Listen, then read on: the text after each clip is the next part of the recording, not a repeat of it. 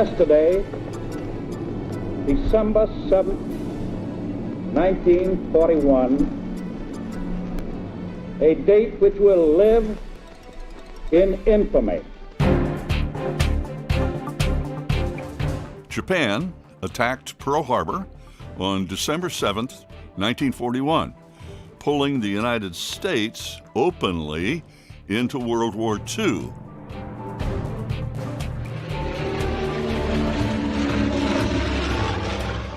Just 12 days later, on December 20th, 3 squadrons of Allied fighter airplanes saw their first combat in the CBI, the China-Burma-India theater. The unit was called the 1st American Volunteer Group, better known as the Flying Tigers. Each squadron was assigned 30 aircraft, mostly P-40s, Navy Buffaloes, and later P-51 Mustangs, and some RAF aircraft too. Initially, they were based at either end of the Burma Road from China to Rangoon to destroy Japanese supplies and its bases in Burma. The pilots were all volunteers, mostly from aviation units from all the American military services. They flew with Chinese airplane markings under American control. The Flying Tigers gave the Allies hope in the early stages of the Pacific War, destroying 296 Japanese aircraft while losing only 14. Their first combat contact was on 20 December 1941, only 12 days after Pearl Harbor. 7 months later, in July 1942, the volunteer group was disbanded and replaced by the 23rd Fighter Group, U.S. Army Air Corps. One of the 23rd Fighter Group pilots scored 4 air victories in a P-40 and 1 in a P-51 Mustang. That made him an ace. He was born in Brooklyn in 1923 and scored his first air victory just 20 years later. He was highly decorated and flew 101 missions. His name is Don Lopez Sr. This is a story about this man and his commitment to his country, protecting its freedoms both in combat and in civilian life. After World War II, Lopez became a test pilot, then flew again in combat in Korea in the F-86.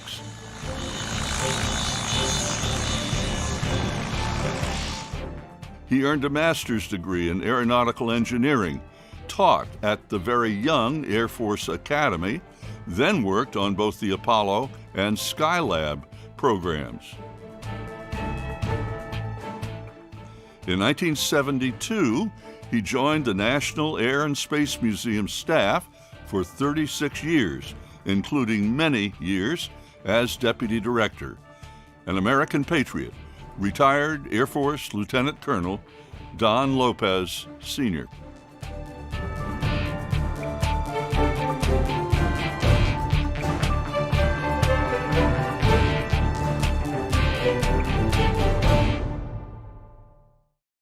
Thank you very much. And please welcome our guests. At your far right, Warren Peach.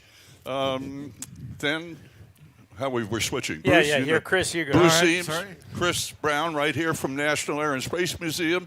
Bruce owns the airplane, and Warren's flown everything that was ever designed, I think. So, good morning, everybody. Warren Don Lopez Sr. Tell us about this guy. I had the privilege of getting to know Don because of a mutual acquaintance where I'm from in Minot, North Dakota. There was a guy from Minot named Oswin Moose Elker who was in the same unit as Don, same training, did a lot of flying with Don in the CBI, China-Burma-India theater. And we were building our museum up there, and we were doing another addition to things, and Moose had been part of our museum, brought in some artifacts, told some great stories, been a neat part of our history from our local area in Minot. And he mentioned Don Lopez, and I knew who Don Lopez was, obviously, but Don Lopez didn't know me from anybody. But I called him up on the phone and I said, sir, this is Warren Peach, and we're in Minot, North Dakota, and we're dedicating a building to a guy that I think you know. His name is Oswin Moose, he said. And I said, yeah. He goes, when's the dedication? I'll be there. It was that quick, that simple, and he came up and he spent 3 days with us and dedicated the building to his friend. We had an air show with the Canadian Snowbirds. Don was a phenomenal speaker and started telling great stories. Well, that initiated an opportunity for me to get to know him, because at the time I was flying for a commercial carrier and would have layovers in Washington, and I would take every opportunity I had to go to Don's office. Never meet a more gracious man. Always had time to talk to you. Always treated you like you were the most important person around, and took the time to show me the progress in the Hazy Center that he was working on and the things they were doing, and he loved talking about airplanes. I mean, he was a lot of things, but he was a pilot at heart. And one of the things that I always thought was humorous about working with our dedication in Minot with Don was we were going to take a P-40 out, and we were going to use a Russian L-29 trainer, or a Czechoslovakian L-29 trainer that had been a Russian Air Force airplane, as a formation platform, so that we could take Don flying with a P-40, and he could fly formation with a P-40 again. Well, the P-40 overheated while we were taxiing out, so we ended up flying by ourselves in this jet. And here's where the true patriot comes out, because now Don's in a Russian airplane. He's a U.S. Air Force test pilot, and he was unimpressed with the fact that he was in this Russian airplane. And I was like, Don, we can just go back and land if you want. No, he says, we're out here. Why don't you go do something? I said, well, do you want to fly it? And he said, no, not really. And I said, okay, well, we'll just go back. No, he said, do something. So I did a roll, and I did a loop or something and a half Cubanate. And he says, well, I'm sure it's not much of an airplane, but I'll fly it here for just a little bit. Let me fly it for a little bit. Well, he did everything I'd just done, only did it a little better.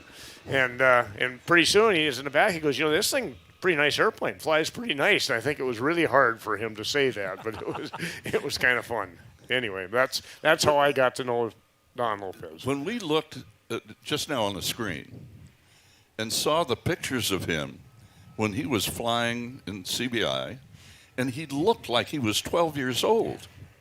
I mean, how much training had he had before he got into a P-40?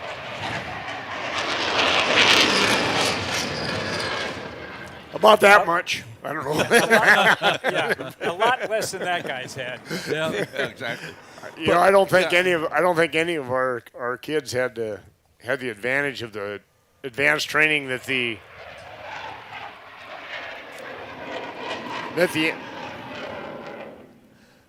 enemy had on both sides, because obviously the Luftwaffe had been practicing for years in the 30s and involved in other skirmishes, and the Japanese had been doing the same. And the Zero was a formidable airplane with trained and experienced pilots, and our guys were going over with minimal training.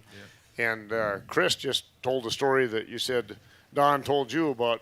He was flying Cubs, and the first time he got in a P-40, he almost went out in the grass. Yeah. Chris, right. Go ahead. Tell that. Well, I mean, I think he had 40 hours in a Cub, and as mentioned, at 19 years of age, he's in the Chinese-Burma theater. And his first flight in a P-40, he went on to say later, he said, I wasn't quite ready for the torque. I almost went off the runway. Yeah. But he was a quick learner. He fixed that problem. Yeah. So, Warren, in your personal contact with him, what kind of stories came out? You said he was a storyteller. Oh, he was a great storyteller. And I think most everybody here that knows who Don Lopez was has seen the famous painting of Into the Teeth of the Tiger, where he's had a mid-air collision with a Zero during a dogfight, and it takes the wingtip off of the P-40 with the pitot tube gone, and it took the wing off the Zero, and the Zero crashed. And I remember asking Don about that, and he said, when I came back, they changed my name, and they called me the Destroyer for a while. And he said, but, in that mission, he hit that Zero, and then he went on to join up with his lead and finish the mission, flying wing for his lead with the airplane. And that was his first confirmed kill of an enemy airplane. So I had a print, and I wanted him to sign it for me. He said, well, I already signed it. It's already signed. And I said, but I'd kind of like to watch you sign it if you don't mind. So he wrote on there, we were low on ammunition, so I just winged him, and then he signed his name. But, you know, he had great stories. He told a lot of stories about our local guy, about Oswin Elker up there, and how funny Oswin was. One of the things that, if anybody's read the book, and if you haven't, I suggest you do. This is called Into the Teeth of the Tiger in the Smithsonian History of Aviation series. Don wrote this. It's got a lot of good stories in it. One of them is about 10 of the guys that had just gotten checked out in the CBI, and they were waiting to be assigned to their assignment. They didn't know for sure where they were going to go, and one of the commanders needed 10 L5 observer planes delivered from Karachi, from their base in Karachi to India. So as soon as he said, as soon as the airplanes were assembled, they got these 10 future fighter pilots, and they all got in these airplanes. And one of them was Moose Elker from Minot, and another one was Don, and these other 8 people that were in there. Well, he says they were told specifically no flat hatting, no buzzing. You guys, we just need these airplanes delivered. He says as soon as they broke ground, they started buzzing their base, and it turned into this huge contest of who could be lower, and they were rolling their wheels on the ground. He said the streets are pretty wide, and so everybody's buzzing down here, and they got people laying on the ground and everything. And he said Moose, not to be outdone, flew underneath a set of high lines, rolled his wheels on the ground, jumped up over a volleyball net, put his wheels back on the ground, and jumped up over a backstop for a ball diamond or something in there and stuff. And in the end, he said he enjoyed it so much he did that 3 or 4 times until they were severely in trouble. And he said that when they got all this done, and it's a great little story in there. When they get all done, they were going to be court-martialed, but the people in China said, no, we need those guys, bring them over. So they said what they'd been waiting for was what they ended up getting for punishment. The commander thought he was doing them a great disfavor by sending them to China to go into combat, but he said that's what we were all wanted to do anyway, so that's how they got the assignment. So that kind of thing goes on today a lot in jets, right? Yeah. I think it happens every once in a while. Every once in a while. Out of Bruce, Still got that what's 7-year-old. you own this airplane, so where did that start? When did your interest begin? Well, it started when I was a kid. I mean, I'm of the age, like a lot of you guys here, that grew up with fathers and friends whose fathers were all in World War II. And we're always waiting till those guys got together in the backyard around a barbecue, drinking beers and starting to talk, because that's the only time you'd hear their stories. And so, all the kids would kind of hide in the bushes and get that. So I grew up, building the airplane models and so on, and really being steeped in that history and really being inspired by it. And it wasn't until years later, after years of going to air shows and walking through Warbird alleys and et cetera, that I got to the point where I could actually do something about it, and was really fascinated and motivated to not just be somebody trading warplanes, but somebody actually bringing them back to life. And so this project was, to me, just a penultimate project to do, because it was a phenomenal airplane, and one that a lot of people don't get to see, this type of model of airplane, but also because of its connection, Don's story, to the CBI, which is another theater of the war that a lot of people just aren't as in tune to. And then, of course, a great story about a great patriot like Don, who sets just a phenomenal example. And so it was a done deal. I mean, this was the project. So there's the history of the airplanes themselves, but there's also the human histories involved. Absolutely. I mean, the planes are phenomenal. Let's face it, we all love Warbirds. There's something about that era of plane design and fighter planes that there's a certain special romance about them, and they were built out of need because of what we were facing in the world at the time. But they're machines. And so the things that make them come alive are the guys that actually came off the farms in 1939, 40, 41, and started getting trained to fly these things in combat that bring them alive. And that's what really makes them special. So, yeah, Chris? Yeah, I was going to add, David, that something I've come to appreciate in my relatively new role at the Smithsonian. I'm privileged to hold the position that Don did for many years, and in fact, that print, the original, is right there in my office. It's wonderful. But something I've come to appreciate is that, in addition, museum people, we call them artifacts. I know that's kind of hard, and for me, I still call them aircraft. But they really, to your point, Bruce, they really sit silent.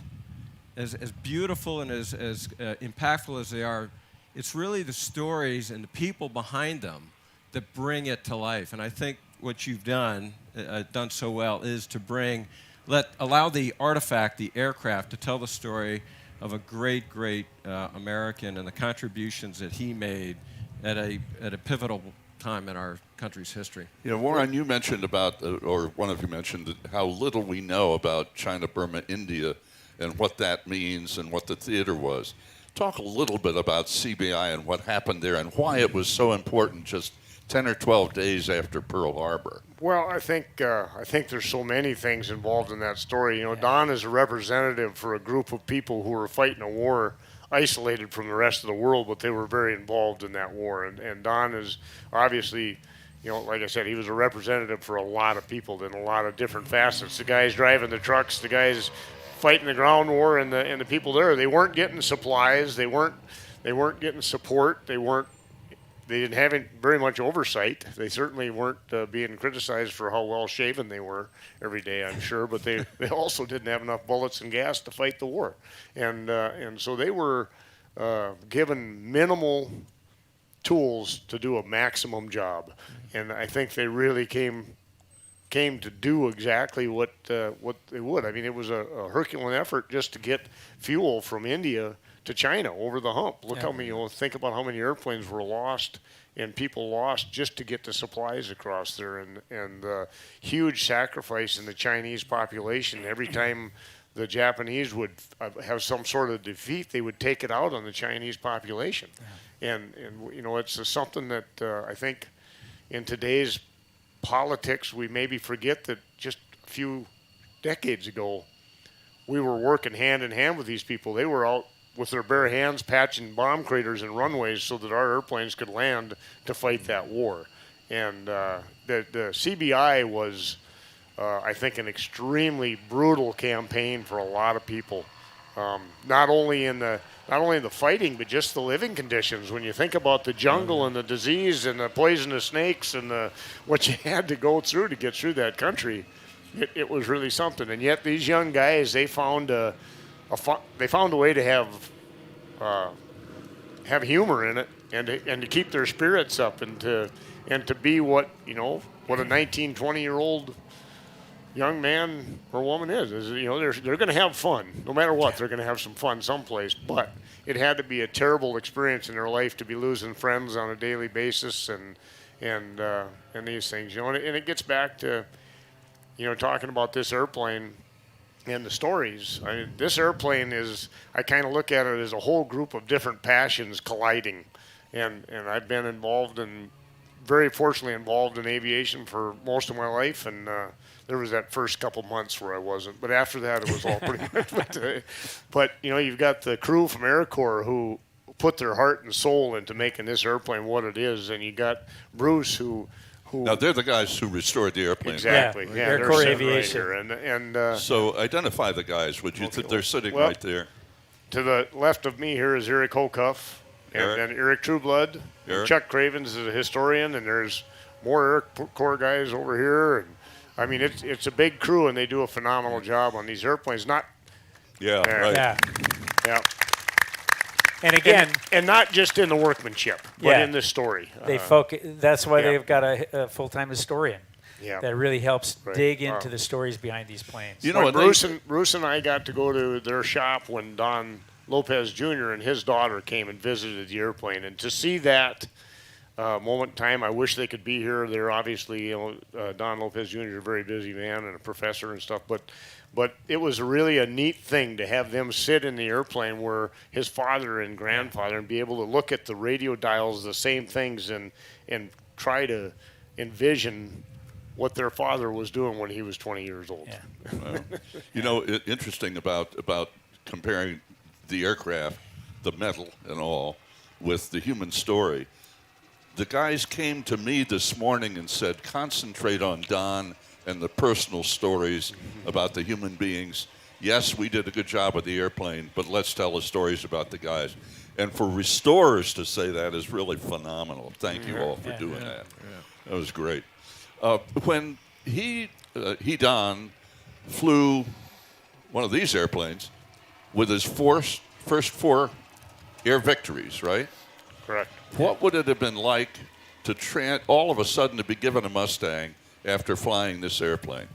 Well, Don's checkout at a Mustang is a pretty interesting story, too. Chris, are you familiar with it? Have you read Not that? as much as you. You better want to tell the story. His first time to fly the airplane that ended up being painted like this airplane is painted was he went over to India, and there was brand new deliveries of P-51C sitting there, and he's looking at this airplane, and obviously had heard about it but hadn't seen one, and he wanted to fly it, so he looked for the senior officer on the base and realized he was the senior officer on the base at the time, so he signed the airplane out to himself and went out and test flew.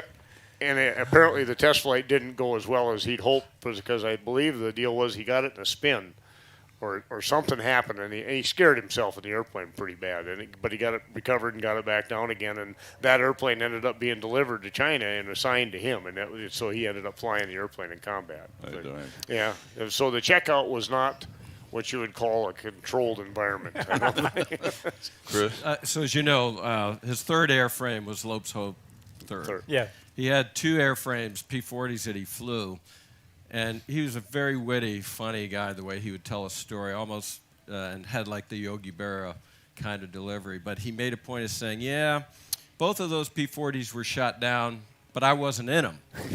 But what he did do, and he related, is that in the course of flying in those P-40s, you know, I'm sure he had a little bit of time. He was hungry, so he got into the survival kits and ate all the chocolate bars.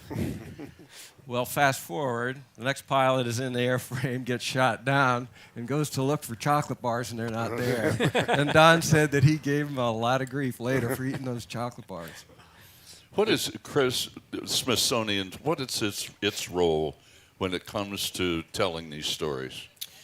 Well, it's interesting. I would say a museum is sometimes thought of as a sort of repository of aircraft and artifacts, but we really see ourselves as storytellers. And I'm joined by Jeremy Kenny, our chief curator for aeronautics, and he would attest, he and his colleagues, what we do is try to bring the stories to life in a relevant and a contemporary way. And we have the unique position at the Smithsonian National Air and Space Museum of being the custodians of some of the nation's most prominent and iconic aircraft and spacecraft. So how do we take those items, those artifacts, those amazing things, and put the stories to them to really give them the life? And so it's much more than just walking through a museum and looking at the aircraft. It's understanding who built it, who test flew it, who flew it, and now we're able to do it so that you can connect digitally into these stories, because as we restore aircraft, and as I'm sure Eric did with this aircraft, we digitize the process so that you can virtually visit these aircraft and these stories. So we take our charge very seriously. At the Smithsonian, very much like Bruce and his team, it's all about accuracy and authenticity. And we live in an age where there's so much skepticism and this is fake and that is fake, but when you come to the Smithsonian and you see the Wright Flyer, you know that that's the original Wright Flyer. And so when Eric and the team built this, they know that it was built to the exact standards and techniques and can speak to its accurate and authenticity. So we have a great deal in common. Bruce, when you fly this airplane, yes? No, I haven't gotten checked out on this thing. And I wouldn't want to scratch it. So what's the next step in continuing the stories of Don Lopez? When we think about, first of all, we saw in the film, first of all, Air Force test pilot, combat, Korea, etc. But then move on to this time at Air and Space, going back to 1972, before it was even open. Yeah, I think the video mentioned it. He went on to get his master's, but it didn't say that he got it at Caltech, and his classmate was Frank Borman. And Frank Borman described Don Lopez as being technically brilliant. in addition to being humorous and affable and every other attribute that Don had. I mean, that's pretty significant. As people, I think you know, he went on to work as a propulsion engineer on the Gemini and Apollo projects. And then his tenure at the Smithsonian, both as a curator and as a deputy, he played an instrumental role in opening the museum on the Mall and then subsequently the Stephen F. Udvar-Hazy Center at Dulles. So it really, one museum, two locations. But he never thought of himself as a scholar or a writer, but he was very much all of that. And I would just close by saying he had the unique position of having made the history and then lived in roles to tell the history. Yeah. I mean, it was just a remarkable career. Warren, what's it like? Bruce, go ahead. Well, I was just going to add that and say that from my standpoint, it's the next steps is continuing to share this plane and use it as a catalyst for telling the stories, because I mean we've hit upon it a couple times here that Don was a great example of somebody who had these opportunities put in front of him, and he made the most of them. And that whole spirit of a kind of guy that could go over there and sit in the jungles of Burma and go up against the Japanese and go on to come back and have the kind of career he did and make the contribution he did is, I think inspiring and can and should be inspiring to the youth of today. And if getting them in front of those stories is the fishhook, then that's what this plane is to be used for, to keep using Don's story as an example of what's possible for the kids today. Warren, how often do we hear that veterans of not just World War II, but all these conflicts, just come home and clam up and don't tell the stories? How important now to see if we can educate, inform, and make people aware? I think it's important that we learn from our past mistakes and understand what our current veterans are going through, for one thing. And I think that it's, from the Revolutionary War on for this country, we have all of our veterans to thank for the time that they've spent protecting our freedoms and continue to do so. Again, and I said this yesterday, but it's my soapbox. That's really what this is about: is honoring, educating through entertainment, and we need to recognize the stories about families who went their entire life, wives who were married to servicemen from World War II who never heard a story in 40 years until these artifacts came out. I used your word. I know it's hard. Yeah, I'm still not used to but it. I can think of numerous times in the time that I've been around them where you watch the transformation of a 70 or 80-year-old man as he sits in the cockpit and grabs the throttle and turns into an 18-year-old and starts telling you what's wrong with your restoration, because the clock wasn't there, the clock was there. Their memories are so vivid sometimes about what they did or what they flew. And then the stories come out, and you start hearing families, sons, daughters, wives, coming out and going, man, we had no idea. We had no idea that Dad went through that. And maybe it helps the veteran heal, I would say, and helps the families and their friends understand some of the things that they've watched throughout their life. They see, maybe they can step back and go, wow, I just had no idea. And unfortunately, I think some of that comes too late for a lot of people on both sides. And again, I go back to maybe that's something that we're learning right now, where we try to appreciate our veterans and let them know how much we honor and appreciate what they've done for us when we're back here at home, not going through that stuff, and help them get through what they've had to endure to do what they did. The price they've paid. Yeah. And so that, this airplane is, I look forward to a full circle thing of this airplane sitting in front of the Hazy Center. I really do. I would love to see it sitting in front of the doors someday, and people will walk around and walk by the P-40 that's hanging there and look at this airplane, and because it would I don't know how to say it exactly, but it would be a really nice thing for me, because I had a chance to meet Don and be associated with him, and I think we built this airplane again to use Don as an example, but to honor Don's life and career and the people that were lived similar lives and careers with him. And it's just, it's an honor to be able to be part of this project with all the people that have been involved in it, and to bring it to this stage and be able to have it sit here so that people can look at it and maybe think about some of the stuff and maybe go home and read a book. We'll figure out how to make that connection. I put you on the spot, Chris. You didn't use the term PTSD. I did not. But it's obvious, I think, to many that term applied back a couple of hundred years ago. We just didn't call it the same thing. Yeah. And that obviously refers to veterans of World War II, World War I, and right on up to the present day. Another reason for us to be more aware, who have not had that experience, as you described beautifully.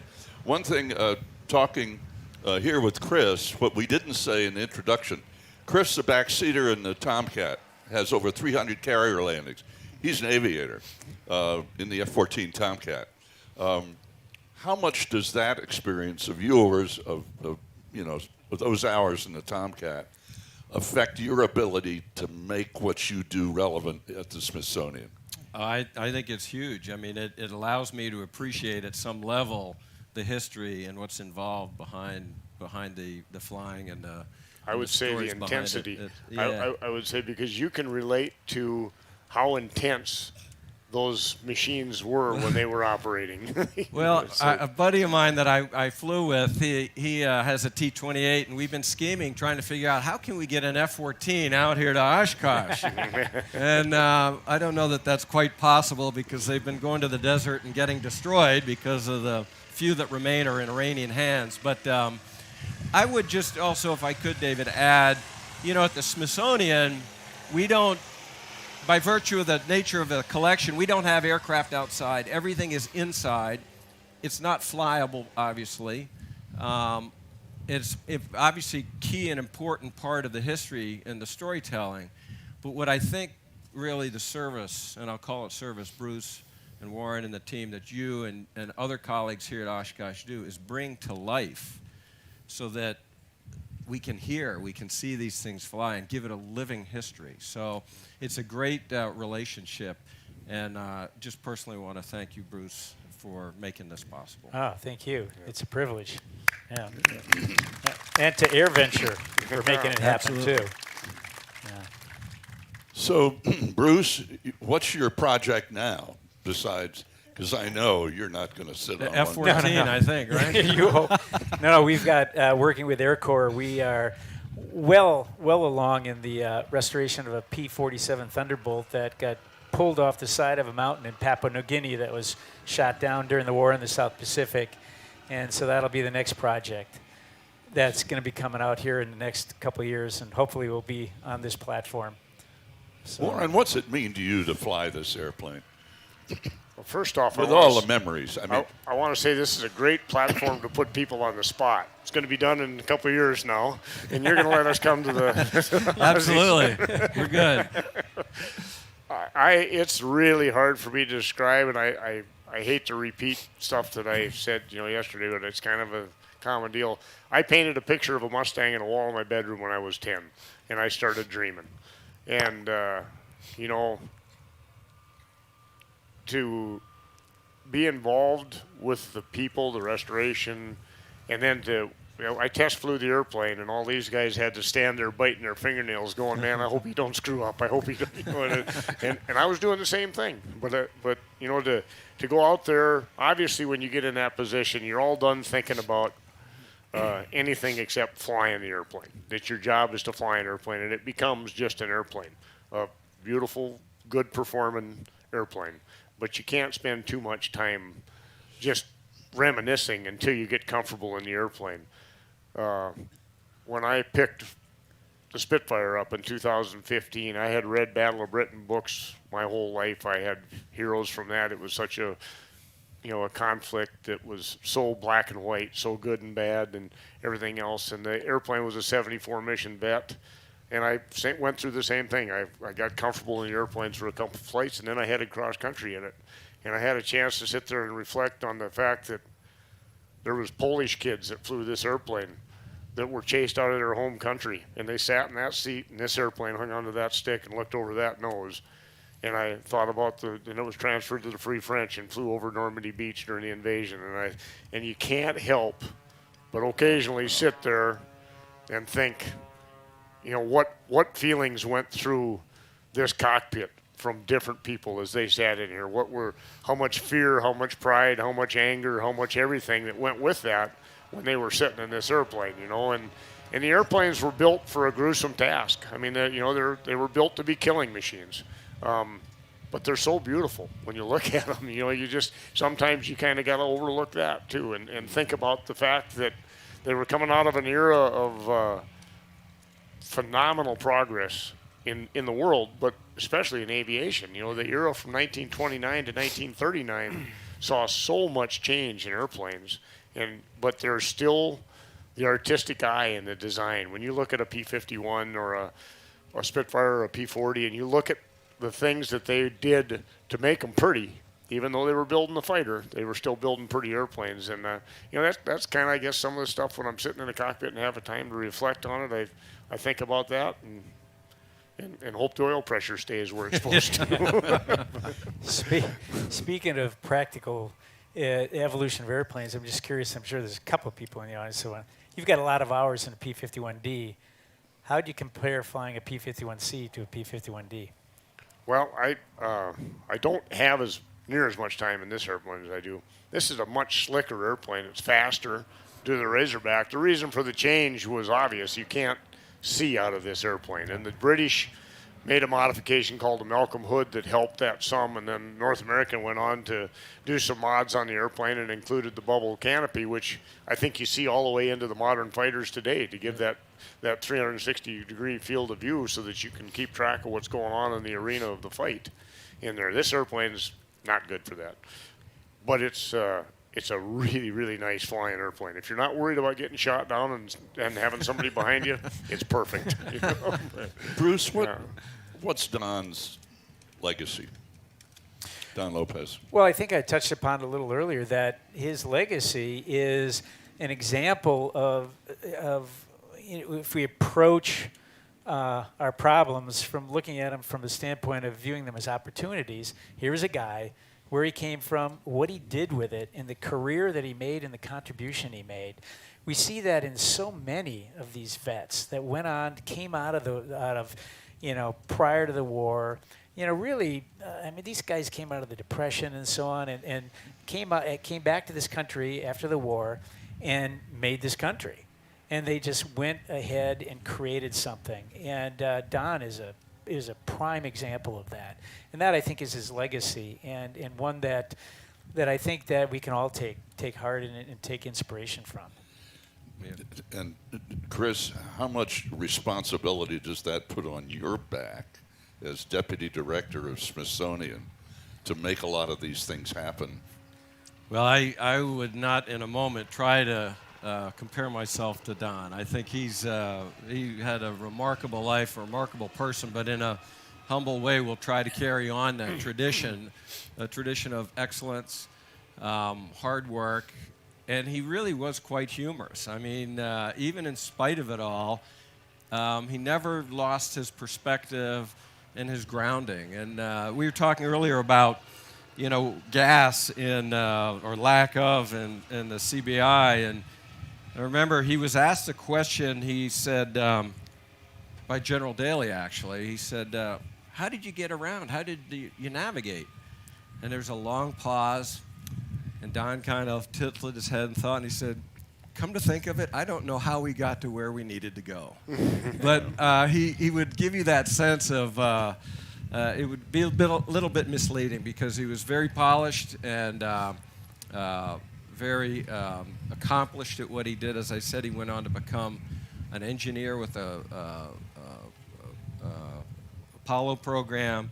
He was a scholar. He wrote several books. I've not written a book. Don't know if that's in the works. But certainly take to heart the lessons and the standards of excellence that he has set for myself and others to follow. So it truly is a privilege and honor to be able to even associate myself in my current role with such a great American hero. You mentioned about, Warren. Well, we had an opportunity a few years ago, and Chris took us through the Hazy Center and gave us a tour, and I feel very confident that they're doing a great job of carrying on the both facilities. The downtown facility is going through a major renovation right now, but they're keeping half of it open so that people can still visit it, because I think it's still the most visited museum in the world, right? Absolutely. And, over 8 million people a year. Yeah, and the Hazy Center and the restoration facility there, and the openness that they have to work with other restorers and help other restorers, definitely the organization is carrying on its duty, its commitment, and its willingness to help, and that's really encouraging to see from your organization. You just mentioned about humor. To what extent does the way the federal government operates allow you to use humor in your presentations? Well, there are a couple stories I'd love to tell. Yeah, I know we're being filmed, so I probably will forgo some of them out here. But no, things are a little bit more constrained, I suppose, in a way. But I do think as we go through challenges, whatever they may be, that we not lose our perspective and our sense of humor, and it really is important. I mean, we are rebuilding the entire museum on the mall. It's a massive program. Do explain that for everybody here, would you, and for those listening on Well, again, TV. as you know, the Smithsonian is a nation's museum. It was built and opened in 1976, and Don was serving at the museum at that time with Mike Collins, who was the director. And after 40 years, it's shown its age, and to sort of equate what that level of visitorship means, imagine yourself living in a 2,500 square foot home and having 148 people over for dinner every night for 40 years. What would your house look like? Well, the museum is worn out, and we literally have to take the stone off the outside, replace it with longer duration stone. And to do that means emptying the galleries and everything inside the museum. It's actually a $650 million funded program by the government. But the real touch point are the galleries themselves, 23, all of which are going to be redone. And that is relying on private philanthropy. So that's a lot of what we're about, is trying to engage with our supporters to help us tell these stories with these aircraft and artifacts in a way that goes the next 100 years. And the generation, as noted, coming through our doors today is different than the generation 40 years ago. So we have to remain contemporary and tell these stories in a way that is every bit as impactful and as meaningful, but in ways that resonate. Most of what we do is trying to, educate. My email address is si.edu. We are educators. And as such, one of the things we're very hard working towards and mindful of is developing the workforce for the aerospace industry. How do we get people energized at a young age and continue with that interest so that they can be the mechanics, the pilots, the designers, the engineers that this industry desperately needs? And so whether it's telling the story in a very visual, impactful way that can create that spark, or having a museum where we try to do that. We're all in this together, and we really see ourselves as educators and storytellers for the next generation. And importantly, Warren referred to it, you will not completely close the museum while you're doing all this, right? People should understand that. It makes it a longer project. It's basically 2-3-year projects, because we're doing a half at a time. And if you were to visit the mall today, just about half of our museum is closed, and we had to move everything out to our restoration facility at Dulles and build facilities for that.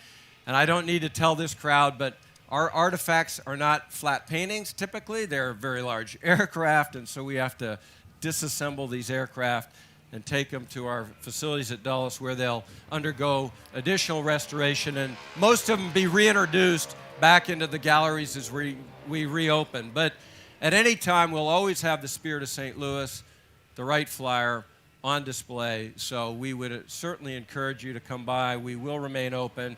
And as Warren and Bruce have noted, the Udvar Hazy is its own immense facility, and that remains fully open and operational. One last question. As you look at this airplane, There are a couple of odd-looking things hanging below the wings. What are they, and what is their purpose?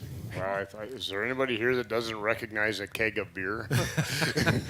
So there's some great stories online. One of the easy places to look it up is called Beer Barrel Bombers. But after D-Day, they initiated a program, the British did initially with Spitfires, hauling beer in cleaned out drop tanks over to the troops on the front lines. And if you think about it, beer, especially in England, is kind of a staple. And it's also it's sanitized water. It was a little bit of nourishment and a little bit of courage and bringing a little bit of home. It was a morale builder. So they were hauling beer in there, but the troops, although they were more than willing to drink it all, did complain of a little bit of residual fuel taste in the beer. So then they converted over and started actually hauling kegs of beer, wooden casks, and they would haul them like this, or they would even build. They would take the tips, the backside of drop tanks, and streamline them a little bit by putting them on there. But there's pictures of Spitfires, Typhoons, and Mustangs hauling wood beer casks. So we've replicated that by taking some modern kegs, filled them with root beer, which we're going to offer everybody a glass of root beer that wants one afterwards, courtesy of tap it off the wing. Yeah, Dakota Territory Air Museum and Warbirds in Review and AirCorps. We're kind of bringing this to people and ask you if you want to stick around and have a beer off of the pylon of a Mustang. This is your opportunity to do so. But it's a really unique story, and they actually hauled so much beer out of England that they had to taper it off because they were running low on beer in England. And I think that's an awesome thing. But it's another reflection of the depth of honesty and specificity to restoring these airplanes 100% accurate. Yeah, there you go. Gentlemen, thank you very much. To Warren and Bruce and Chris, thank you, gentlemen. Thank you. Thank you. Thanks. And now welcome, please, Sam Bass, who is, how many, 6,000 hours of pilot time? Is that close enough, Sam? 35. 35, and 50 years of safe flying as well. Sam, you're on to talk to the guys. Yeah, and Warren, would you get up and just let's talk about the P-51 for a little bit, if you will. Okay. And well, you can sit, you can lay down if you like. There you go. But anyway, let's just go over and stand in front of this Lope's Hope here, and tell me just about the P-51 itself, the whole design. What was the design purpose for the P-51?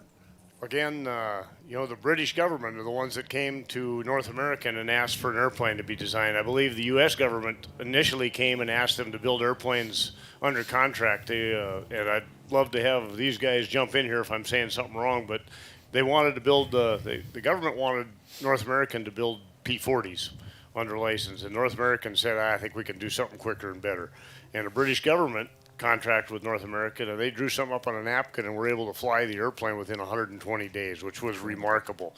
And they obviously stepped away from the old thought process of everything being round and difficult to build and said, we're going to throw away all the French curves and take the rulers out and start drawing straight lines and build a fast to build simpler airplane. But in doing so, they designed one of the most iconic and beautiful airframes ever designed. The A model Mustang, which there's EAA has an example over here in the A36, initially came out with the Allison engine, and it was, I think, a really good airplane, but the Allison didn't have the high altitude capability that the Rolls-Royce Merlin did. So the British modified an airplane, correct? Then they put the Merlin on the front of an A model airframe, basically, and decided, wow, this could really be something. So North American went back and they started to build a P-51 B and C, which are the same airplane, just built in different factories, one in California, one in Texas. And they built that airplane, as you see it here, the Razorback version or whatever, with the birdcage canopy and things. And as the airplane evolved, it became the long-range fighter escort. It was, and I don't think a lot of people realize how extensively it was used in the Pacific theater. It wasn't just the ETO where they went to Germany with it, but they were using it to get all the way into Japan to escort the B-29s at the end of the war. With the external tanks, the aft tank and the fuselage and the internal fuel, the airplane had an unbelievable duration. I know that our guy from North Dakota told me a few times that he was on 8-hour missions where they would leave England, fly a mission, and go through, as they exited the mission, end up over in Russia or someplace, with the airplane to get fuel and come back, which is, at this age, I can't imagine sitting for 8 hours in a Mustang. I think that would hurt a lot, but pretty remarkable airplane. And what kind of armament did it normally carry? well, this airplane had 4 50 caliber machine guns, 2 in each wing. The A-36 was basically a ground attack airplane and had 2 nose guns and 3 guns in each wing. The D model Mustang with the canopy on it ended up having 3 50 calibers in each wing and the ability to carry a 500-pound bomb or a keg of beer on each wing. Well, now, what is it, 300 and some odd right now that are still existing of A, B, C, and D, I guess. How many Mustangs are existing? It's about 300. Yeah. Yeah, All right, well, how many Bs and Cs are available? 7? Yeah, there's around 7 flying right now. I don't know what's wrong with your mic here. Do they have two? I can be his repeater. You said how many? 7. 7, okay. Yeah. Well, that's it's a beautiful airplane, and you just a little bit of the history of where the airplane came from. This particular airplane came This from. airframe was, this is the Wahpeton airplane, right, from the tech school. It was a post-war airplane given to a tech school in Wahpeton, North Dakota, and it resided there as an instructional aid and then was recovered by Bob May. I'm trying to think of what year it would have been, in the 90s, I guess, and the restoration was begun on it. And then Bruce entered on the scene, and he and Bob made a deal, and Bruce brought the airplane to AirCorps, and they finished the restoration on it from there. How long did it take for the restoration? The restoration was about 4 years. About 4 years? 2 years of full-on restoration. Of course, when we start a project, the first few years are a lot of research and starting components and small things like that. And then we get the whole crew on the restoration full-time once things have developed.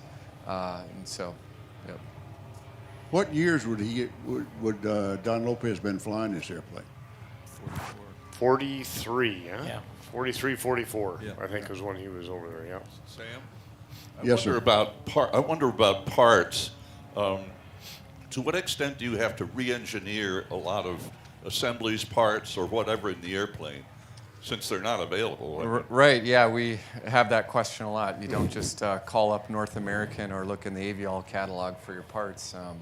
So we of course, we're always searching the world and inventories for parts and components, but if we can't find them, we have to make them.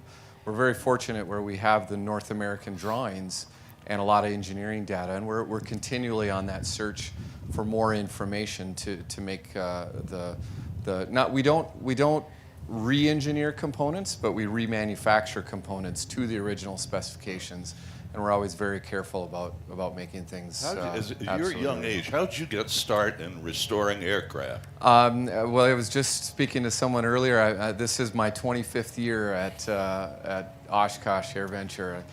Had some friends of family bring me here in a car. We camped in Warbird camping and in our tents, and I ran into him last week, but it started here. It started with growing up on a farm. My family, my older brother, graduated from the Air Force Academy and was an inspiration in the aviation. And it's a dream. Warren talked about it a little bit earlier. Were you potty trained by the time you got here? Barely.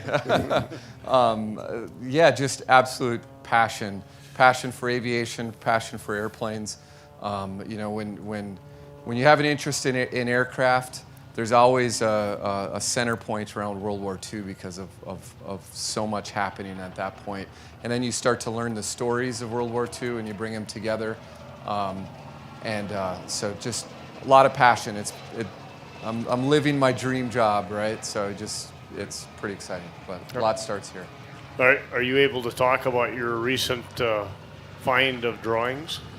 Yeah, well, again, touching on researching, we do a lot of research, and we're always looking for people who have information, and we've found a fellow who worked at North American Aviation and was involved with lofting information. That was his job, and very interested in the P-51 and World War II aircraft, and he saved some pretty neat information, and some of that is original drawings from North American, and so that's part of for us. It's much more than just building an airplane and making an airplane go fly fast and sound cool. You know, there's so much, and that's the story of often the pilots flying these airplanes get to tell the story of the pilots, and Don was obviously a pilot but also an engineer. And when we restore these airplanes, that's why we put so much attention into the detail, because there's so many stories with the home front and fabricating and building airplanes and the design and the engineering. I mean, you think about that. That's, you know, the pilots love the P-51, so do the mechanics. And when I kind of tell people the story of the P-51, I often kind of think about North American during World War II. When World War II broke out, they were a young, new company, and they were thinking way outside of the box. And it really shows in the engineering, because they not only built an airplane that flies awesome, but it was easy to build and easy to maintain. And when you hit those three things, it's phenomenal. You know, you can see, we can all think of several airframes like that flying and out here where they really hit the mark. And so, interesting part. We love to tell that story and those stories of the details through the restoration. Bruce, I believe that you have a presentation that you wanted to give right now.